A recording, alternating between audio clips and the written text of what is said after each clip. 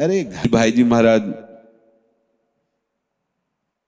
वयोवृद्ध अवस्था थी और एक गलित कुष्ठ था, एक व्यक्ति को घर से निष्कासित हो गए। अरे घर वाले सब स्वार्थी, बुरा लगेगा जो मोहासक्त लोग हैं, क्योंकि वो जानते नहीं, जब देख लेते हमारे काम का नहीं है तब असली रूप इनका देखने का आता है। मेरे भाई, मेरे ताऊ, मेरे चाचा, मेरे मेरे मेरे। और जब उस व्यक्ति की, एक यहाँ ब्रजवासी थे, हम भिक्षा मांगने जाते थे, उनको ब्लड कैंसर था, 30 वर्ष की अवस्था होगी। तो वो बिहारी जी की गली के चबूतरे में बैठे थे, हमसे पूछते क्या मिला बाबा, ले कृपा मानते थे। उनसे पूछा आपका घर नहीं है क्या? उनका नहीं, यही। फिर आप ऐसे कैसे, जब देखो तो आप यहीं बैठे? बोले ब्लड कैंसर है, अब कोई दवा नहीं कराता, घर में कोई बात नहीं करता, तो बस बिहारी जी की याद में गली में बैठे रहते हैं, जब प्राण निकल जाएंगे निकल जाएंगे। नई अवस्था 28-30 की, ऐसा शरीर, एकदम पीला शरीर, आंखें धसी हुई ऐसी। संतों को भ्रमण करने में बड़े बड़े अनुभव होते हैं। ये झूठा प्रेम, बिल्कुल मान लीजिए बिल्कुल ऐसा माया का जाल है, मेरे मेरे मेरे, कोई साथ नहीं देता। भाई जी महाराज को वो व्यक्ति मिला, बड़ी दुर्गंध शरीर से, गलित कुष्ठ। भाई जी लाए अपने कमरे में, सबने भाई जी को रोआ, भाई जी आप वृद्ध शरीर हो, वैसे भी आपका रुग्ण शरीर, ना भाई जी हम ये बर्दाश्त नहीं करेंगे कि आपके कमरे में रुके। बोले कमरे में नहीं, 24 घंटे में 6 लोग तैयार हो, 7वें हम, समय बांधो, अलग अलग नियम से सेवा होगी इनकी। उनके आदेश को कोई काट नहीं सकता। सब ऐसे मुंह में भाई जी ने कपड़ा ऐसे। फिर एक दिन भाई जी ने कहा, जानते हो हमने तुम लोगों को क्यों लगाया है? क्योंकि तुम लोगों को भगवत प्राप्ति होनी है, इसलिए लगाया। होनी नहीं, करानी है, पर महापुरुष है ना, उनका तुम लोगों को भगवत प्राप्ति होनी है, समझो।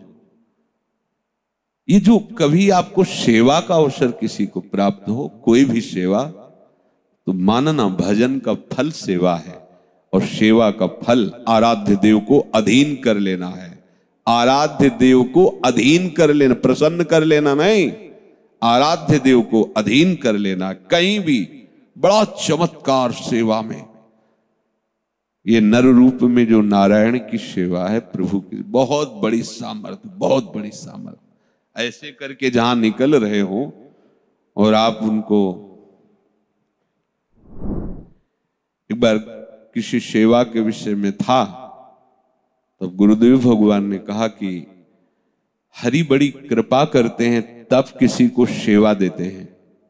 जैसे कोई बीमार है, आपको उसकी सेवा में लगाया गया, या किसी भी भोजन, कुछ भी सेवा, गुरुजन जो आपको सेवा में लगाते हैं, तो हरि की, ये प्रमाण आचार्य चरण हरिवंश महाप्रभु देते हैं। और नारमल जी से यही कहा था कि संतों की विशेष कृपा से मुझे श्री जी की सेवा मिली, और लकड़ी बीनना श्री जी की सेवा को आप धीमर से करवाना चाहते, रजोगुणी कहीं का बाहर से आता है, यहां रजोगुण लेकर के जा, मैं तुम्हारा त्याग करता हूं, आचार्य चरण ने ऐसा कहा था। यह सेवा बहुत बड़ी सिद्धि है। केसी घाट में, ये 24 वर्ष पहले की लगभग बात होगी, बारंडे में एक साधु वेश में से पड़े थे, दुर्गंध आती थी, परिक्रमा वही 2.5 और 3 के बीच में लगती थी। 2-4 दिन बराबर ऐसे देखा, मन में सोचा कि मरे हैं या जिंदा। एकदम नजदीक गए ऐसे उनको देखा, जे ही पलटाया तो कीड़े नीचे उनके शरीर में, मल ऐसे लगा हो। अब अकिंचन बाबा जी हमारे पास 1 रुपया नहीं, कोई व्यवस्था नहीं, हमारे रहने का ठिकाना नहीं, तो हाथ जोड़ के उनसे कहा, क्या सेवा करें आपकी? धीरे से कहा, हमें सुदामा कुटी पहुंचा दो। तुम कहा, आप सुदामा कुटी में रहते हैं क्या? नहीं, बाहर से आए हुए, सुना है वहां भोजन मिल जाता है। ठीक है, अब केसी घाट में वहां कोई रिक्शा तो जा नहीं सकता था, ताकत ऐसे उठाया खाना, कीड़े मान लो सब। सुदामा कुटी संत सेवा के लिए कल्पतरु पूज्य श्री सुदामा दास जी महाराज को कोटिशा प्रणाम। स्वयं वो अन्न मांग कर लाते थे, उपला बिनते थे, ऐसे सेवा प्रारंभ की थी और संतों को पवाते थे। उन्हीं के चरण अनुरागी जन आज भी कोई परिचय की जरूरत नहीं, कोई भी संत पेट भर भोजन पा सकता है और कई दिन बिना किसी परिचय के वहां शयन कर सकते हैं। ऐसी व्यवस्थाएं संतों के लिए। प्रणाम है ऐसे महापुरुषों को जो ऐसे संत सेवा में। तो वहां ले गए तो बारंडा ऐसे सब संतों के ऐसे आसन 50 संतों के लगे थे, साइड में उनको ऐसे लेटा, किसी ने कुछ नहीं, सब संत जनों लेटा दिया उनको। गोपेश्वर के रोज दर्शन करने उधर से जाते थे, जब वो सब ऐसे करके फिर गोपेश्वर को गेट से ही प्रणाम करके वापस आ गए, क्योंकि हमें लगा कि मंदिर में कोई कुछ टोके रोके ऐसे। फिर मन नहीं माना, फिर नजदीक गए और हम कहा, महाराज जी क्या आपकी सेवा कर सकते हैं? कुछ नहीं, जाओ आप। धीरे से कहा, पूरा दिन हमारा, पूरे दिन प्रार्थना करते रहे, भगवान अब उनके कर्म बंधन को काटिए कर्म। फिर सुबह गए, गोपेश्वर जी को यमुना जी का जल लेके जाते थे, तो फिर नजदीक गए, वैसी अवस्था में पड़े थे। थोड़ा यमुना जल उनको पिलाया, कहा हमारी इच्छा है कि आप, हम बोले राधा राधा, आप भी बोलो राधा राधा राधा राधा राधा राधा राधा। बस अंदर से कि श्री जी अब बस। तीसरे दिन नहीं मिले थे। फिर पता लगा महात्मा कहाँ गए, तो बोले उनका तो कल शरीर पूरा हो गया था, तो रिक्शा में डाल के और दाह संस्कार। सेवा से बढ़कर कोई लाभ नहीं, आप इतना समझ लो। जहां रहने का खाने का कोई ठिकाना नहीं था, इन्हीं संत महापुरुषों की कृपा से, श्री जी की शरणागति मिलकर के। तो जब कभी किसी को सेवा करने का अवसर मिले, कहीं न संप्रदायवाद देखना, न जातिवाद देखना, बस उसकी सेवा में लग जाना। प्रभु ने तुम्हें सेवा दी, ये बस ध्यान रख लेना। सेवा बहुत जल्दी उठाती, बहुत जल्दी आपके जीवन के प्रारब्ध का नाश करके नवीन प्रारब्ध रचने की सामर्थ्य ये सेवा में है, बहुत बड़ी सामर्थ्य सेवा में है। प्रभु कह रहे हैं कि कामना से रहित होकर किए गए कर्मों में फल देने की शक्ति का अभाव हो जाता है। भाव समझना, जैसे आप कोई कामना करके कर्म कर रहे हो तो एक सीमित फल है और आप उसे स्वाभाविक प्राप्त कर्तव्य मानकर कर रहे हो कि मुझे कर्तव्य प्राप्त हुआ, मुझे करना चाहिए, तो उसका असीम फल है। ये जो लोकांतरों में भटकाने वाले फल हैं, ये कभी प्रकट नहीं होते। ये कर्म जो कर्तव्य पालन की निष्ठा से भगवत समर्पण के लिए प्रभु की आज्ञा मान करके किया जाता है, इसका सीधा फल भगवत प्राप्ति है। कह रहे हैं उनमें कभी फल प्रकट करने की सामर्थ्य ही नहीं रहती। जैसे उबाले हुए अन्न को खेती में बो दो तो अंकुरण नहीं होगा, ऐसे ही अपने प्राप्त सेवा कर्तव्य कर्म का पालन करने वाले का कर्म जो बांधता है, प्रत्येक कर्म बांधता है, उसमें बांधने की सामर्थ्य नहीं रह जाती, वो फल ही नहीं उत्पन्न होता। जैसे भुने हुए बीज में कभी अंकुरण नहीं होता, ऐसे ही निष्काम भाव से भगवत सेवा के लिए जो कर्म किए जाते हैं वो लोक लोकांतर के बंधन कारक फल उत्पन्न नहीं कर, उनका फल सीधा समझो भगवत प्राप्ति, सीधा भगवत प्राप्ति। कामना रहित कर्म, भगवत प्रसन्नता का भाव, तो भगवत प्राप्ति। पर कामना का त्याग तभी हो सकता है जब आपको इस बात का परिचय मिले कि हमारी कामना बहुत छोटी होती है और इसका फल बहुत बड़ा होता है। यदि हम कामना कर लेंगे तो फल में बाधा आ जाएगी, ऐसे समझो। अगर हम कोई भी अब जैसे कोई सेवा ऐसी बन गई और आपने कामना कर ली कि मुझे अमुक चीज मिल जाए, वो मिल गई, खत्म हो गया। अगर आपने कामना नहीं की तो अमुक व्यवस्थाएं ऊपर से होंगी और वो उसका फल नहीं होगा, क्योंकि आपने चाहा ही नहीं। उसका फल होगा प्रभु से सीधा संबंध, और संबंध का फल है कि वो पूरा भार अपने ऊपर ले लेंगे और वो अपनी तरफ से आपकी व्यवस्था करेंगे। माला माल हो गए ना। तो भागवतिक भाव वाले उपासक को कभी भी किसी भी कर्म के परिणाम की चाह नहीं करनी चाहिए, ये समझ लो।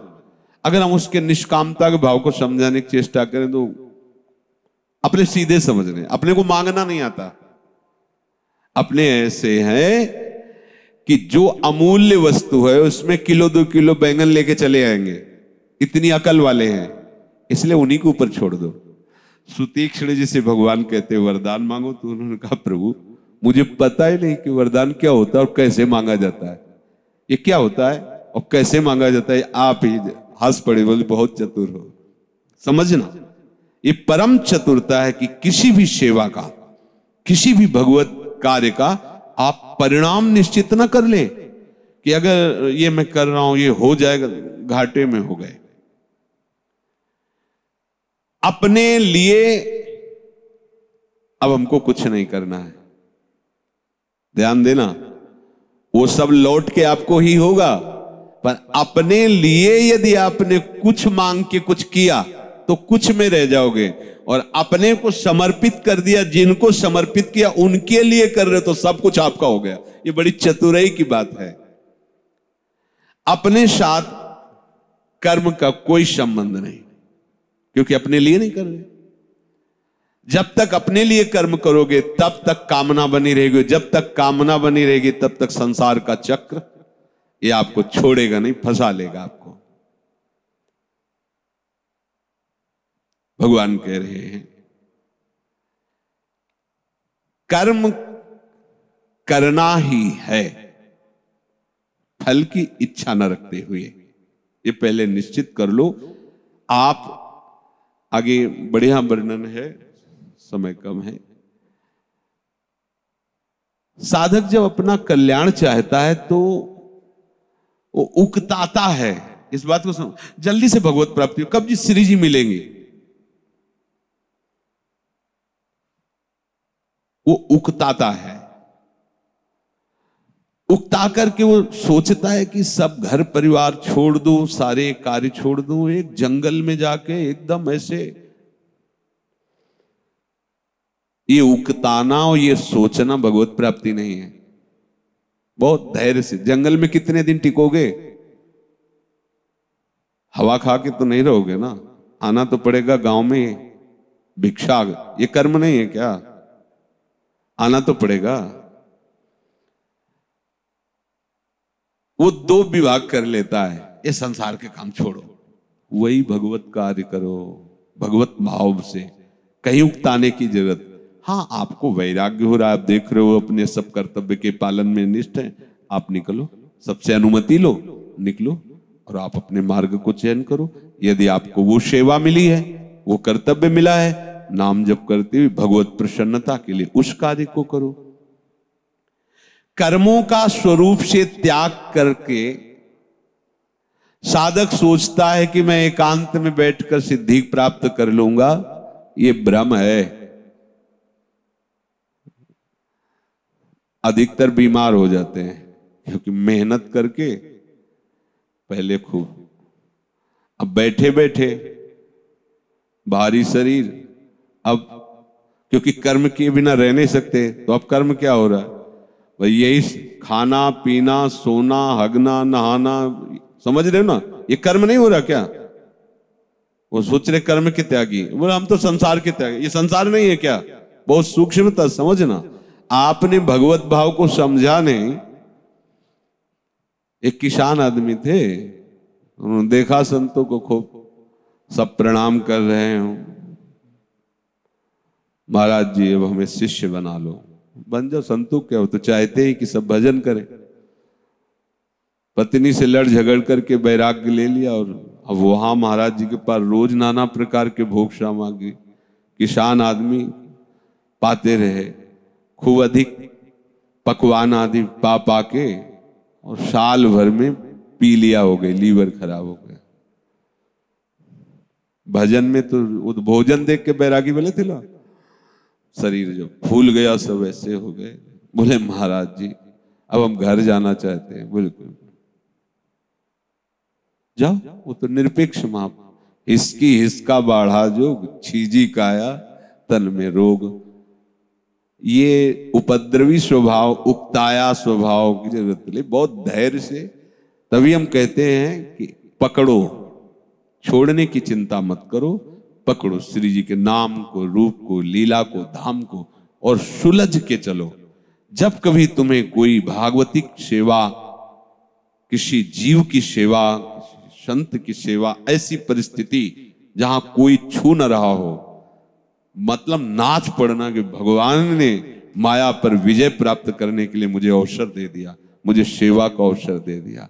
और जो आप घर परिवार की सेवा कर रहे हो, वो भी हमारा मार्ग भक्ति का है, जिसमें मानना है, हमें मानना है कि हमारे परिवार के रूप में मेरे प्रभु हैं, मैं उनकी सेवा करूंगा, मैं उनसे सुख लेने की भावना नहीं रखूंगा, उनको सुख देने की भावना करूंगा, मोह से नहीं, ममता युक्त होके नहीं, भगवत भाव से करूंगा। आप सच्ची मानिए, सच्ची मानिए, आपके बेटे के रूप में, आपकी बेटी के रूप में, आपकी पत्नी के रूप में, आपके परिवार के रूप में मेरे प्यारे ही हैं, दूसरा कोई नहीं। बड़ा आनंद आ जाएगा, आप परमार्थ के शुद्ध पथिक वही बन जाएंगे। भगवान की वाणी पर विश्वास करके आप आगे बढ़िए। श्री राधा वल्लभ लाल।